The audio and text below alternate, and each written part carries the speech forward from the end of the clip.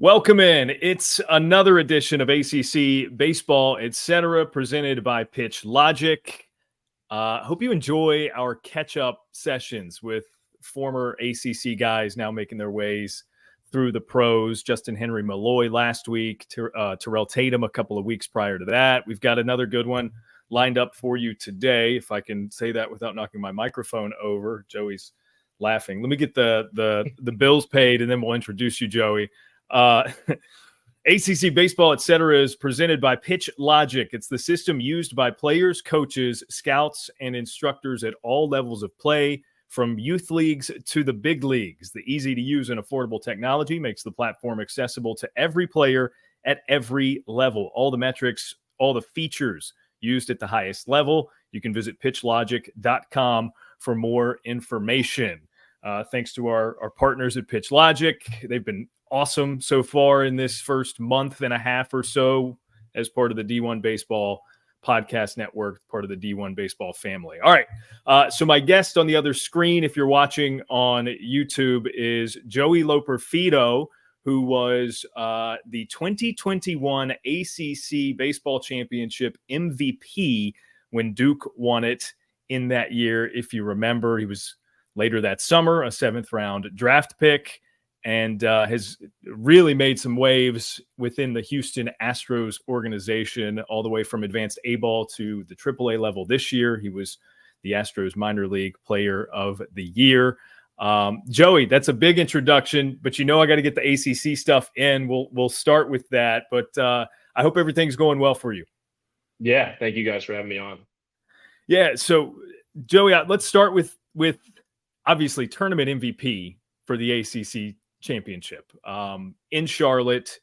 What I remember about that tournament is it was being the 2021 season. That was the year that, coming out of COVID, at the beginning of the season, we didn't even have full capacity, right? So I remember showing up in Charlotte where the tournament was and being there for, I think it was the Friday night game between NC State and North Carolina.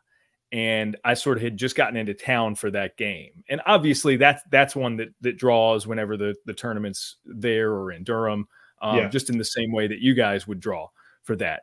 So I just remember the sort of like euphoria of, not quite like the euphoria of winning the whole thing like you guys had by the end of the weekend, but it was this euphoria of, I'm sitting in the stands, or up. I was up, there's a media suite up on the top level is usually how they do it. I was sitting up there, and at a crucial point in that game, there was this bloop hit into left field with a runner in scoring position.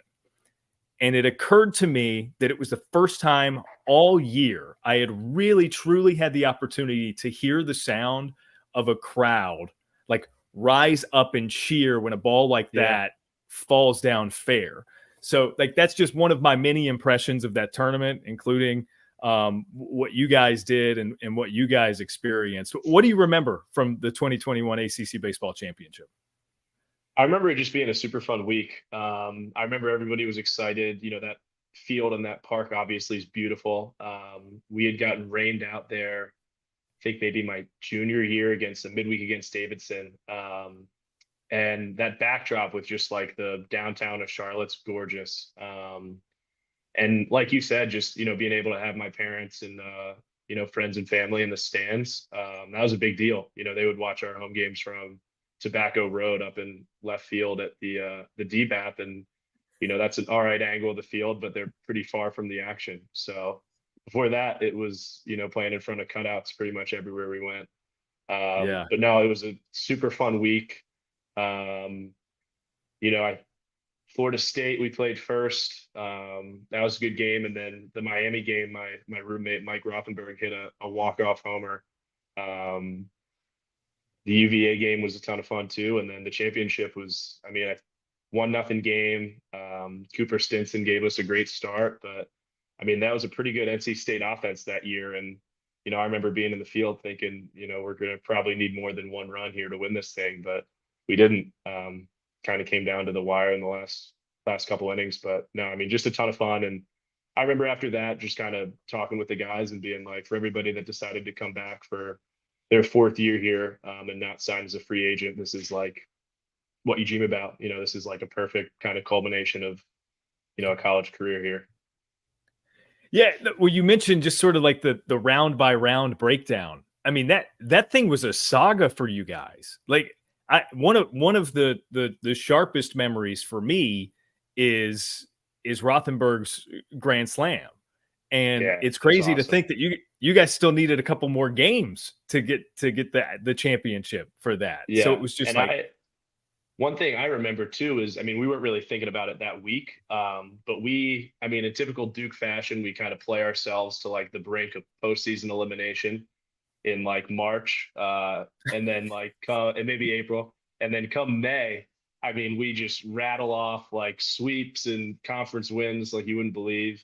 Um, but I don't know if we were necessarily in with an at-large bid if we hadn't, won the whole thing. And we, in the moment, you're not really thinking about it. You're just kind of taking it game by game and competing. But I think, if we had lost to NC State in that championship and then not gotten an at-large bid, I think you're looking at kind of the other end of the spectrum in terms of ways you'd like to end your college career. I don't know if we would have gotten in. yeah, no, I remember that sort of being part of the dialogue in the press box. It was, some people more sure than others, right? And at the Yeah. time, before my affiliation with D1 baseball, you're picking the brains of those guys, being like, well, how do you guys have it, right? Like, Yeah. You're watching they put Aaron up a good Finn's fight. Twitter like a hawk. Yeah, yeah, you get it. So, Rothenberg's home run, the walk off, obviously huge moment. I had forgotten that he was your roommate. That makes it Yeah. even cooler that you My guys road are. roommate too. So Yeah. So that celebration was fun, I'm sure. But in that tournament setting, you just kind of got to like reset, right? Pretty quickly. yeah, And yes, then you can. the next game was the semifinal, the Virginia game. Yeah, the next day we played UVA in the day game. And again, they were a good team too. I mean, you look at that lineup. Zach Geloff, I mean, was in the big leagues this year, and Yeah. you play those guys in series during the year, but I mean, kind of, I would equate it to March Madness. When come tournament time, I mean, it's kind of an even playing field. You're playing these one game kind of elimination style, and that's part of the fun. You get hot at the right time, and next thing you know, you're a game or so away from the championship. Yeah. And I don't think we've mentioned it yet. You guys were the 9 seed in that tournament. So it was sort of like you had said, you had played to a point where you're sort of out of the picture, and then the last month or so of the year, everybody's kind of like, oh, okay, like these guys, like they are pretty good. They're capable of winning some games. And then the Virginia game, obviously, I want to bring that up because you had yourself quite the afternoon. 4 for 5, 2 home runs in your first 2 at bats, both solo shots to the opposite field, and then you ripped a double on the pull side. You went 4 for 5 with 2 runs, two runs batted in. What do you remember about that game and that performance? Is it one that sort of like stands out as like a day that you felt, results aside, that like you felt locked in? Yeah, I definitely think that was a game where you're just kind of in the zone kind of from the start. And, I led off, and just one of those games where you're not really thinking about anything at the plate. And the next thing you know, you're putting some good swings on the ball. And I think that kind of speaks to how we would play down the stretch in May, just because school would get out, which at Duke is, I mean, everybody's a little relieved at that point in the year. It's a huge weight off your shoulders somewhere like Duke. Yeah. Yeah. And we would kind of carry that into like our mantra, for the rest of the season, and everyone would just kind of be playing loose. And that's kind of when we would play our best baseball. So for me that day, I just remember, it was a beautiful day. I had family in town watching the game, and just not really thinking too much and just enjoying it. And it ended up being one of those days that definitely I'll look back on when I think about my career at Duke, for sure. And then you guys take down NC State in the championship on Sunday. You alluded to it was a 1-0 game. Coop threw a heck of a game for you guys. What do you remember about him and just like his his demeanor that day? Yeah, I mean, he was cool, calm, and collected. I would have to look back on it, but I don't think into what Coop's standards were for himself. He had, maybe followed through on that down the stretch that year. But he turned in, probably the start of the year for us, if you think about, I mean, easily the start of the year, given the magnitude of that game. Um, but I just remember the night before, me, Mike Rothenberg, and Will Hoyle, and all our parents were out at dinner, just kind of sitting there like, tomorrow could be a pretty, wild day if we win this thing.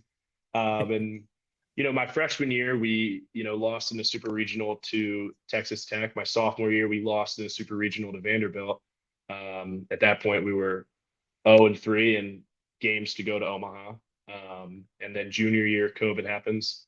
And senior year, with us not really knowing if we would get into the postseason if we didn't win it, we all kind of recognized the importance of that game, not just for us, but for kind of the trajectory of the program.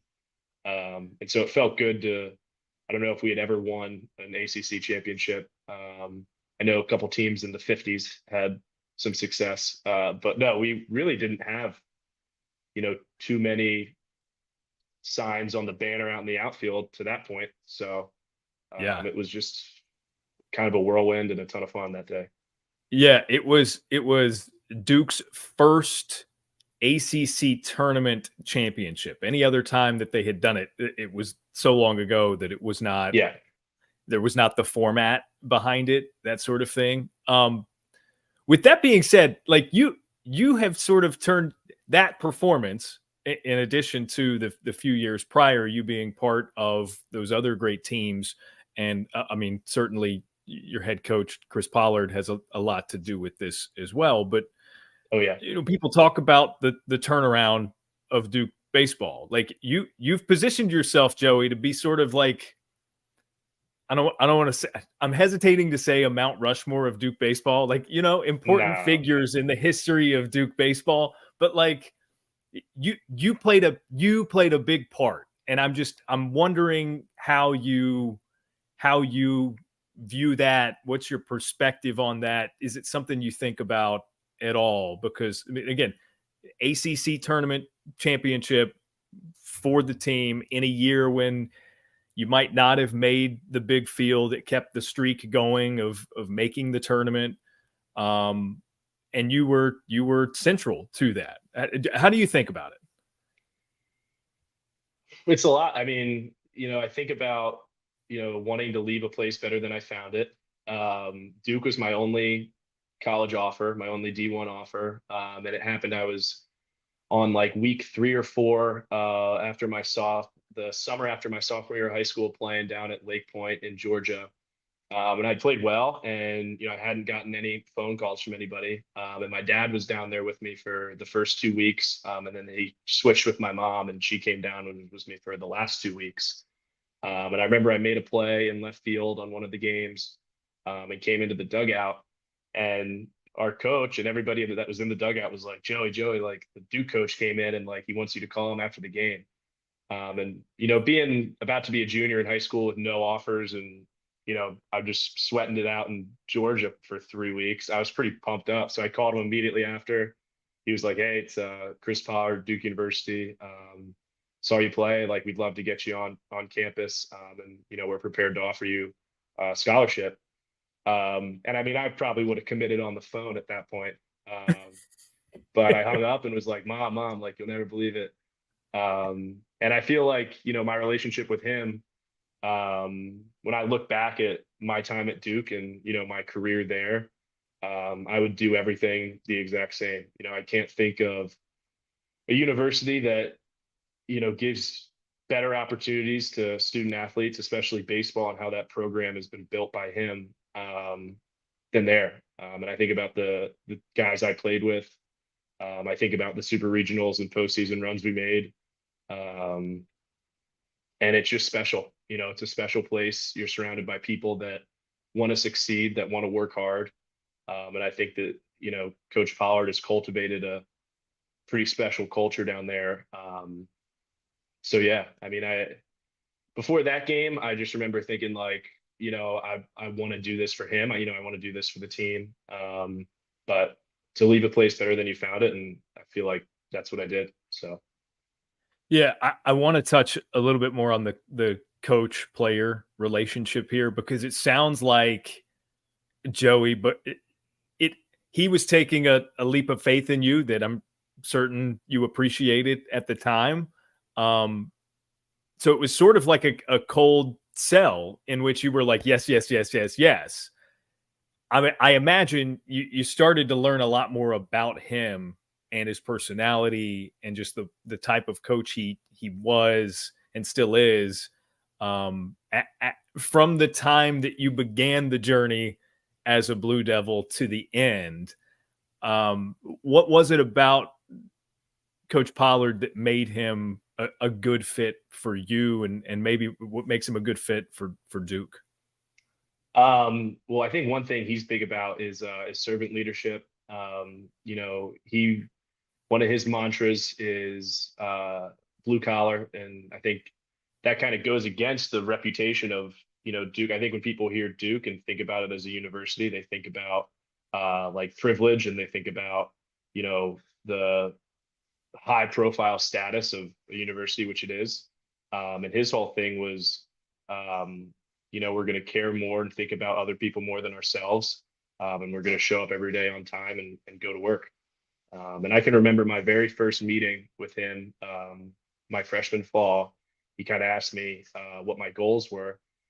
And I didn't know. I mean, I played pretty small time South Jersey high school baseball. I was on the travel ball circuit, but didn't, get a ton of offers. And my answer, whatever it was not as confident as he would have liked. And he spins around. Anyone who has had a meeting with him, his office is looks like a pretty big throne, pretty much his desk. And then you're seated on a leather couch, which I think he probably is beating the cushions down a couple times so that you're kind of sitting down and he's kind of more towering over you. And he spins around in his chair after I give, I'm not super confident, I want to learn a lot and do the best I can to help us win. Spins around, starts typing, and the printer starts going off in the corner of the room. And he turns back around and he goes, I just printed out your transfer papers. If that's the way you think this year is going to go, I don't want you to be a part of the program. He was like, I think, you're good enough to play from day one and make a real impact on this team. And if you don't think that, I don't know if I want you here. So I kind of walk out, and Mike Rothenberg, who had just gone before me, was like, hey, how'd it go? And I was like, bad, probably as bad as it could have gone. Mike, he printed out my transfer papers.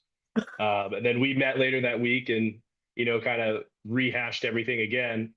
And I gave a different answer. And after that, him and I have just been pretty straight up with each other. And, obviously the meeting a couple months later before we opened the year at Vanderbilt, where he told me I was going to start at first base, that was special. And, that meant a lot of my personal growth as a player and also as a man, kind of in that couple months spent with him in the fall and in the preseason. That is, I appreciate you sharing that. That's a wild story. And I think you'll know what I mean by this, Joey. That seems kind of dramatic for him, but I imagine that's an intimidating conversation to have with Coach Pollard. It definitely is. And we've laughed about it. Duke basketball always plays a game at Madison Square Garden every winter. Mm-hmm. And I kind of told it to him from my perspective when we were at that game, kind of had a little tailgate before with all the guys. And he remembered it, but he wasn't oh yeah, I can vividly remember everything I said, which goes to show you that he's having pretty impactful, meaningful conversations with guys, to where this conversation, changed the trajectory of my mindset forever. And, he remembered it, but, he's always kind of having those kinds of conversations with guys. And he's a special guy. He's a special coach. And the relationships that he can build with players is, life-changing and career-changing. So feel indebted to him, not just for baseball reasons, just for, personal growth. My maturation process for those couple of years kind of went through him and, the rest of the guys he had recruited. And it helped me a lot. Yeah, no doubt. No doubt. And I I want want to to move put in on. that I went on to start every game that year for us, which at the end of the year, I was kind of like, you were right. Like you called it. So we laughed about that too. Yeah. um, so that maturation, the progressing as a person on top of progressing as a baseball player, I'm sure has manifested itself in these past couple of years as a pro for you. Um, as I mentioned when we came on, the Houston Astros minor league player of the year this season. You worked your way up from advanced A ball all the way to triple A. I mean, that's a huge jump for one season.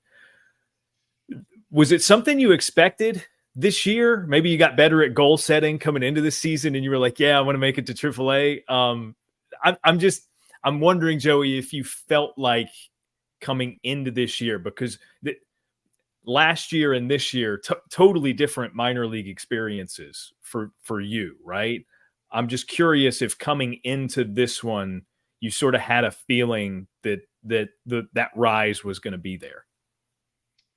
Yeah, I did. And I got drafted in the summer after that senior year at Duke. And we went on to play. I got COVID, unfortunately, so I only played maybe 20 games. But I think I went like 7 for 80 something, and I hit like 116 in that short stint. Which is, when I look back on that, it's probably one of the best things that's ever happened to me in my career. And failing, I was embarrassed at the quality of baseball I put forth in those 20 games. But that kind of forced me going into that off season to kind of look in the mirror a little bit and, look at, my body, look at my swing, look at how I was kind of going about everything and say, if I want to do this, if I want to play in the big leagues for a long time, which I do, I got to make some changes. And so I just worked that off season, put on a bunch of good weight, and made some pretty significant swing adjustments. And had a really good year that next year in low A, finished in high A. But, if I hadn't have made such drastic changes to the way I, was eating and the way I, was swinging the bat, I don't know if we'd be having this conversation. So, and going back to how, I kind of grew it at Duke, I think that the perspective and working alongside Coach Pollard, there's always work to be done. I think if you bring your ego to the field every day, and you're not willing to work and be honest with yourself about the quality of work you're doing, I think you're, putting yourself at a pretty big disadvantage. But to answer your original question, yeah, I wasn't really going to put a goal or a cap on myself this year. Statistically, I don't really like to do that. But my goal heading into this year and, this past off season, I could kind of feel the way my body was moving, feel the way the bat was coming through the zone and how it felt to hit.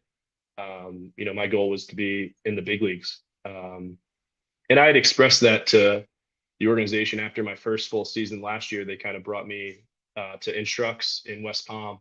And I remember we kind of had like a big exit meeting with some of the player development staff and some people in the front office. And they asked me what my goals were for next year. And I said, I think to have an even better offseason than the offseason I had last year and put myself in a position to help the major league club win.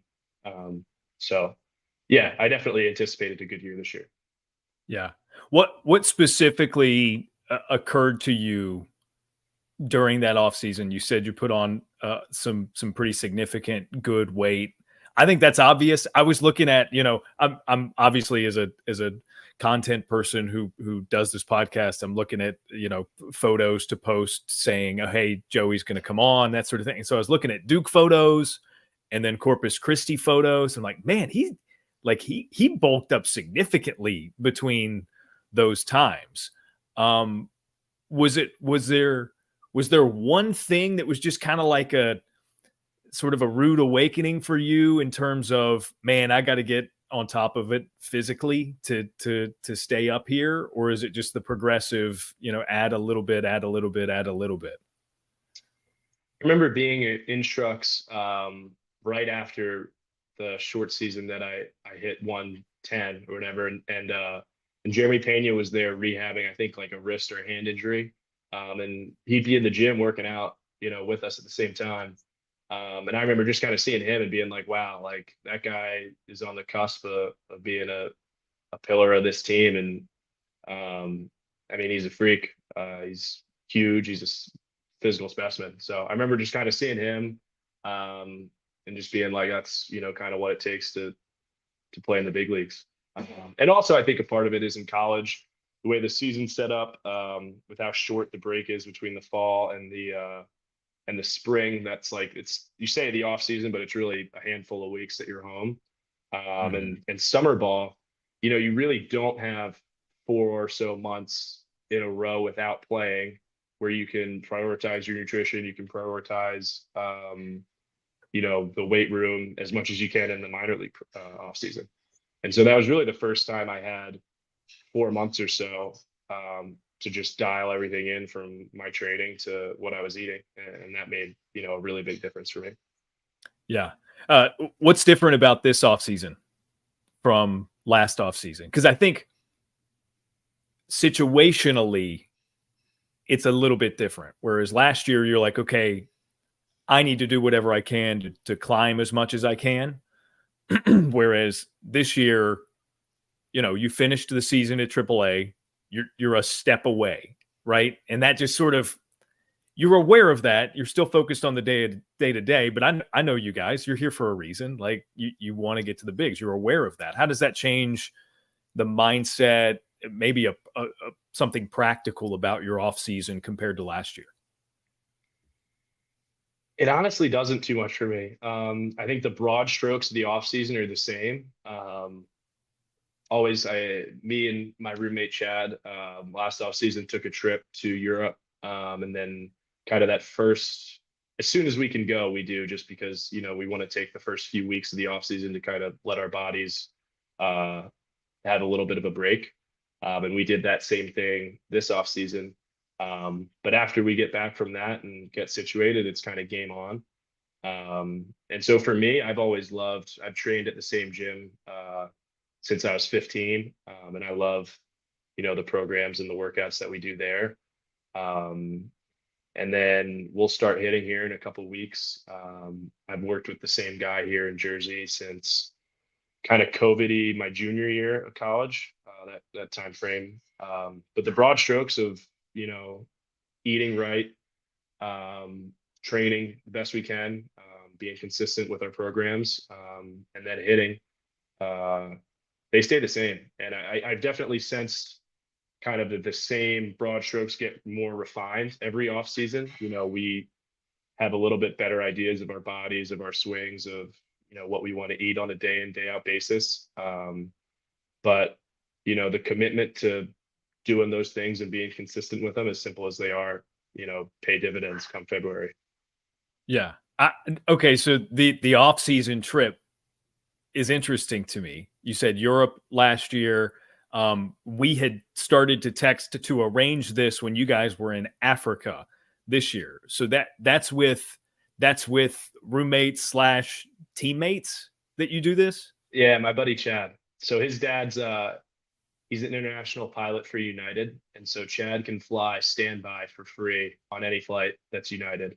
And so we lived together last year too, towards the end of the season, and again this year. And probably come like mid-August, when we would get home from the field, we would just be like, we got to plan something fun. Like, we've been going at this for a good while now. Like, we got to plan something to get our minds off for the off season. And so last off season, we went to Italy, Switzerland, Spain, and Portugal. And then this year we, wanted to do some of the countries that we missed. And we also knew we wanted to see the pyramids and go to Cairo and Egypt. And it was honestly, that was the cheapest place to start. We flew out of New York City, and it was pretty affordable for the ground that you're making up, across the globe.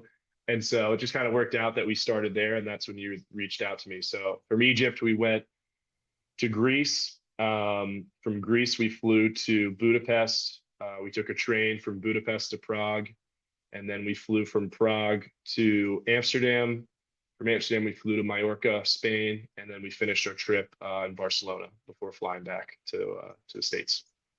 Man, nice to have friends who can hook that up in that way, right? With the pilot, but also to your point from earlier, nice to have an off season, right? Like you're Yeah. not able to do this prior to pro ball because you got No. yeah, you're like up at the Cape, you're it's a year round. That's cool. That's really cool that you guys do that. That's awesome. So what's next? Next off season? Have you guys thought about that yet? So next off season, he's on that list and he flies for free. I'm not on it, but I will be January 1. And I think we only get that till we're 26. Okay. And so we were just like, we got to make use of this and go like the furthest that we can. And if we had to go anywhere, like our initial conversations have been Japan and Australia, just because they're the furthest out. But again, come dog days of the summer, we'll get on Google Maps and start looking at things a little bit more closely. But we've Nice. timed it up so that we really Chad finished in AA, and so he went home for a week, and then AAA played an extra week longer than them. But I flew home after the season ended and was really only home here in Philly for a few days. We try to just leave as soon as we can so that you're still kind of in those guilt-free first couple of weeks of the off season where we can kind of let ourselves relax. Yeah, nice. Very cool. I hope that continues for you guys. That sounds like a really cool thing for the two of you to share. Because this is not a Joey Loperfido specific question, but because I told you I was sifting through some images of you playing in pro ball, and because you happen to be the minor leaguer that I'm talking to right now, it might seem like an odd question, but it's my curious mind at work. Okay. I happened to be scrolling through some pictures, and you were for a large part of the season with the Corpus Christi Hooks. Good, clean looking uniform, right? But being in Texas, they have a promotional thing that has this sort of Whataburger imaging to it, right? And it's the orange and white striped jerseys. You guys, for the games that you wear, those were the honey butter chicken biscuits. Was the mascot, right? So like you come from Duke, where I mean you talked about the reputation of Duke, right? It's the stone buildings, it's the immaculate campus, it's to people who have never been on campus, they walk through it and it's like, man, this is kind of Hogwarts like, right? So you go from that to, and it's just part of it, right? I do games for the Durham Bulls, so like I understand when they are the cervezas or whatever. It's the promotional stuff. It has to on like a human level, Joey, require an adjustment that you're wearing a uniform like that. So I'm very curious. Like, at what point do you forget that you're dressed as a bucket of greasy chicken or whatever it is, right? Like it's probably part of the fun, but it's just like you still got to lock in and play and focus and perform. Yeah, I always think they're kind of fun. So we played in Corpus at Whataburger Field, and I think that the original Whataburger was in Corpus Christi. Okay, that sounds right. Yeah. Yeah, but those uniforms are like highlighter orange. But I think it's fun. I mean, I think part of the minor leagues is that, until you're in the big leagues, you're, playing anywhere in the country that, may have a unique fan base that, given Corpus Christi, it's home of, Whataburger. But I think it's fun. I think in the dog days of the season, when you show up to the field and you kind of get to your locker and you see, a pretty crazy jersey of some sort and different color wrist tape laying around, and you got to wear orange socks instead of navy blue. It's kind of fun. So yeah, I think that's kind of part of, leaving your ego at the door, and, it's funny on a like human level to dress up in like a outlandish uniform with a funny name. So no, I don't mind it. Yeah. I know that some of the guys liked the Whataburger honey chicken biscuit jerseys more than others.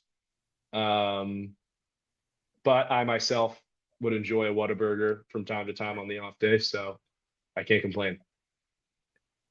You've got me wondering, did you guys do any other promotional stuff there or anywhere else where you've played so far?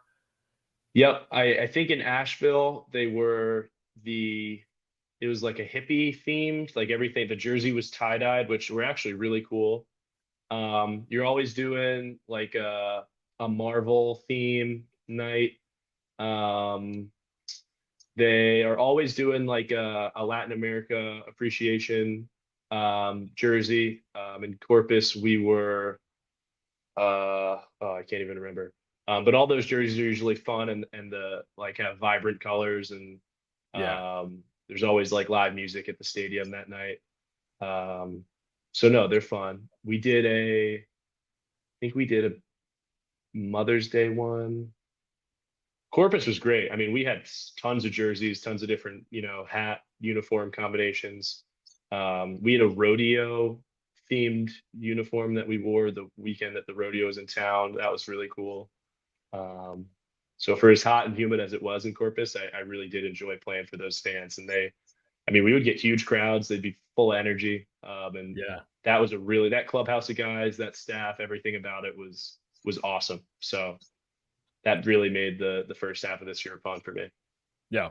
And then you get bumped up to AAA and are a Sugarland Space Cowboy. So like, Yeah. the further up you go, it doesn't get less ridiculous and fun and sort of kooky in that way. So that's thanks for entertaining that. It's something Yeah, that absolutely. as I was sifting through those photos, it crossed my mind. I'm like, at what point does he stop realizing he's dressed like that and you're able to focus but knowing the type of guy you are, I'm sure you have fun with it and at the end of the day, right, like you'll play in whatever, right? It's Yeah, I mean it's part whatever's clean and hanging on the hook when you get to your locker. That's what you're wearing. And you can match your batting, like you got different color batting gloves or tape, you can kind of have fun with it and match everything. Yeah. Do you have a color? I saw you had some like yellowish ones in some of the photos in Corpus.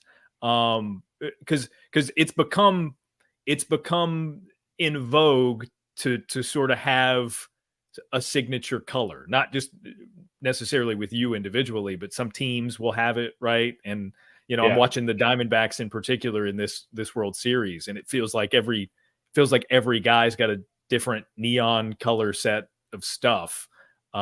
Is that something that you like toy around with different colors, or you find yourself to be kind of simple? Mainly simple, like arm sleeve, wrist tape, like pretty much the team colors. But I did go purple lizard skin back grips this year. And then I had a couple Marucci gloves made with purple leather that are pretty outlandish. But I don't think that me having some purple accents is on the level of, like Acuna and his yellow.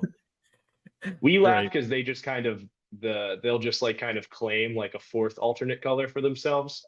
Yeah. And some guys do it in the minors too, but like it's funny and it's cool. And I think it's, a fun part of the game where, maybe the restrictions that I know in football, you have to wear socks and you'll get fined Tyreek Hill isn't wearing the socks and he gets fined these crazy amounts. But in the minors, they're not really hawking guys for, wearing a purple arm sleeve or wearing cool cleats like that. So no, I think it kind of breaks up the monogamy of the season a little bit and kind of lets guys express themselves. So I don't have anything crazy, but I'll mix some purple in there as an accent. I think that's, kind of a cool color. Nice. Good. All right. So we've established you're from South Jersey, Philly area. Once you get drafted, I know players sort of, your allegiances get a little tossed to the side. Did you grow up a Phillies fan living there? Yeah, huge. Okay. I would So what? say I said this to our director of player development last year because I bumped into her at the World Series. Sarah Goodrum, she was we lucked out and got, good tickets in the suite level. And we were walking in and I saw her and I was wearing all neutral. I had just had like jeans and Good. like a jacket on. And she was like, she immediately, I was like, oh, she's like neutral. Like you're not, not supporting either side. But I had talked with her about how that 2008 Phillies team with Chase Utley, Ryan Howard, Jimmy Rollins, all those guys was kind of the reason I fell in love with baseball. I was in, fourth or fifth grade and kind of like my peak little league form. And that team was just so much fun to watch. I remember coming home from school and, you know, watching the games with my friends and my parents. And it just looked like they were having such a good time. And I remember thinking like, that looks like I don't really know what a great clubhouse looks like as a fourth grader, but like to me, like that group of guys looks like a great clubhouse. And after that, I mean, I really, really applied myself to baseball, and it's something that me and my dad kind of did together, my whole childhood. So yeah, I went neutral to the game. I kind of was like, yeah, the Phillies were kind of why I started playing. Obviously, I'm hoping the Astros play well and come out on top, being a part of that organization. But I'm not going to hide from, my roots and inspirations of the game for sure. Yeah, I like it. And I imagine just like generally you want the Astros to do well as a member of the Astros organization. Yeah, but absolutely. I think part of it too with guys in your shoes, once you've played a lot and get to a certain point, you've played with a lot of different guys over the years, whether it was travel ball, summer ball, college, that sort of. So like, I would imagine you're in a stage where you just kind of root for players a lot, right? Yeah, I mean, you're always rooting for. You make a ton of relationships, whether it's high school, college, or the minors, and getting to know guys and being a player yourself and knowing how much work everybody puts into it, and how hard it can be. You can't help but root for guys that and even in that World Series stage, I mean, Chas McCormick, who's from the greater Philadelphia area, makes that catch at the wall. We were at that game. I mean, like a section of the place went crazy, which I think were his family and the Chas McCormick, fan club. But that's a stadium where, I imagine he grew up watching Phillies games, and he rehabbed with us in Corpus, and, we were talking shop about the Eagles, and he's a big Eagles fan. So when we were at that game, for sure, it's hard not to look at that field and that stage and, understand that that's everything you're working towards. And for me and Chad, who was there with me, it was really motivating because we just were like, this is, one of the coolest environments in sports. How could you not let that motivate you and, kind of be what you're working towards? Yeah. With that being said, I know Bryce Jarvis is not on the World Series roster for the Diamondbacks, but he would get a ring. That's one of your fellow Blue Devils. If Arizona was to pull this thing out, are you pretty like adamant Arizona at this point? I don't know. I mean, I feel like it's a cool World Series, and that I don't know if anybody expected Arizona to be in it.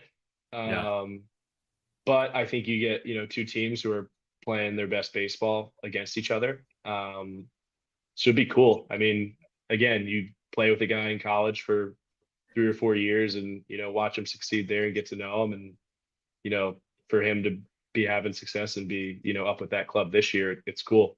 I think he posted Instagram and he tagged the audio of the Phillies win song after they beat him in the series. So I thought that was pretty funny. But he's playing against Evan Carter, who's having a great postseason, who was committed to Duke. But he ended up getting taken by the Rangers out of high school. But he was committed to Duke. Him and I think Jordan Walker were in the same class, both of which did not get to Duke, obviously. Yeah. No, that's it's a fun series, man. You're right. And what I appreciate most about guys like you is like you can just sort of separate yourself and you just like ball, because that's kind of the way I watch it too. I'm not going to be upset if Texas or Arizona wins it. I'm enjoying watching it. As a broadcaster, I'm listening to Joe Davis too, and enjoying that part of it and all that fun stuff as well. So that's great. Awesome stuff, man. Joey, I really do appreciate it. Best of luck this off season. I know you and Chad are up in the Philly area training and readying yourselves for what's next. Looking forward to hopefully seeing you in a big league Astros uniform this coming year. And, we'll see how we'll touch base, I'm sure, during the ACC season too. I Yeah, know you for keep sure. track of your guys at Duke, so we'll be following them, and I'm sure Coach Pollard will be back on here soon as well. So we'll have to let him know that that you were on. Yeah, that sounds great. Thanks for having me. Yeah, absolutely. All right, thanks, Joey. Yeah.